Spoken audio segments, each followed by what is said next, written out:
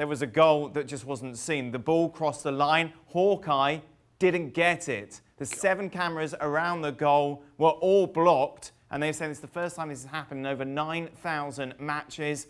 The key thing here, Craig, and I imagine that you would have the similar sentiments to me, is that surely someone in the VAR office might have gone, oh, what? Wait, Hawkeye didn't see it. Maybe we should intervene here. They had a minute to do so, and they didn't. Dale Johnson, our colleague back in the UK, this is like Christmas. This is all these Christmases come at once, tweeting about VAR. Listen, I'm not having it that all 7 cameras were blocked, right? I am not having that for starters, that all 7 cameras were blocked. I think there was a technical issue here. That being said, you're absolutely right, Dan. Somebody who might have been, as I've always said, having a bit of pizza or a cup of coffee back in the VAR booth should have been saying, "Oh, hold on a minute, hold on." Because listen, what we have here is Michael Oliver, the referee, pointing to his watch, saying the technology. This is the problem. This is the issue. The technology's there to help, but you still have to go on instinct, right? And the instinct here was he was completely over the line. So somebody should have got on the buzzer into his earpiece and said, "Ho, stop the game. Let's have a look at this." But the referees have become so robotic with the technology, then that's a big part of the problem. And I feel for Chris Wilder and Sheffield United because they're going for European places. And that point, I doubt it, but that point might be enough to keep Villa up. But somebody in a booth has to make a human decision and not rely on technology. Frank? Yeah, well, we say that normally the people in the VAR shouldn't intervene in this matter. But what about, and as Craig said, the human aspect of the game? What about the lineman? Where was the lineman? Was he napping? Was he sleeping? I mean, everybody saw it. I saw comments on Twitter, people saying that I was in the United States and I saw that the goal was in. The guy was like 30 yards away, didn't see the ball going in with the goalkeeper, being in the net with the goal. I mean, that's impossible. And you cannot trust the technology when you have 2 eyes, because you have to use them to help football getting better. And when you see that, you have to say stop to the referee, and we have to check that out, because that's a big shame. If Sheffield United cannot get to the European next year because of 2 points, that's called cheating. There is nothing much to say. That's called cheating. That's not fair to that club who really deserve to maybe get in the European Championship. The officials bottled it, didn't they, Shaq? They certainly did. Listen, I feel for Michael Oliver, and you understand the referees on the park relying on the technology.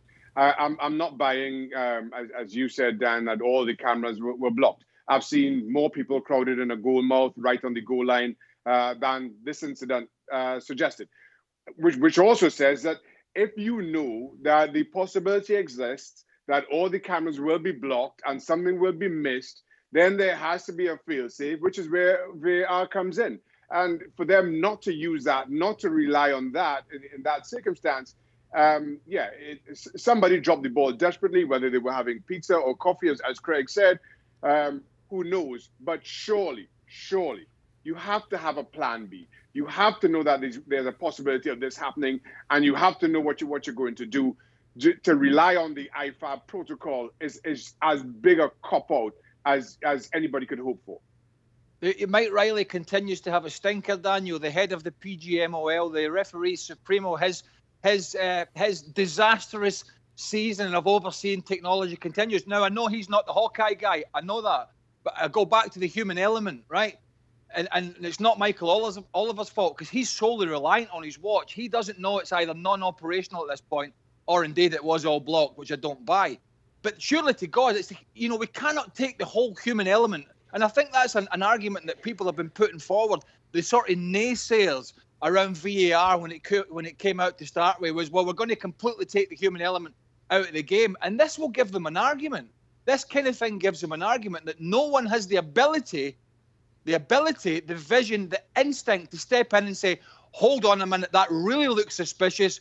I think there might be a problem here. Stop the game.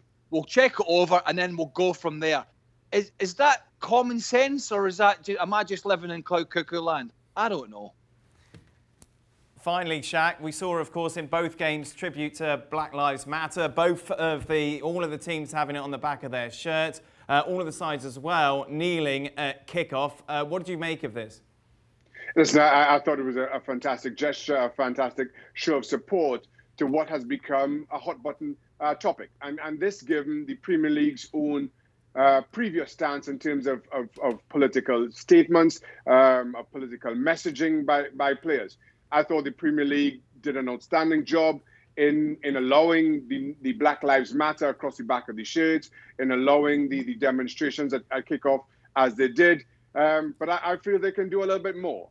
As good as that was, I was disappointed that some 24 hours earlier you had Richard Master, the Premier League chief exec, coming out and saying that, no, we're not discussing the Rooney Rule and there are no plans to. To me, it says, you're happy to show support. You're happy to have some conversations, but as an organization, you're not really doing anything yourselves to deal with racial injustice as it stands. That disappointing, despite how much of a success today's showing was. Thanks so much for watching ESPN on YouTube. And for more sports highlights and analysis, be sure to download the ESPN app. And for premium content and live streaming, subscribe to ESPN Plus.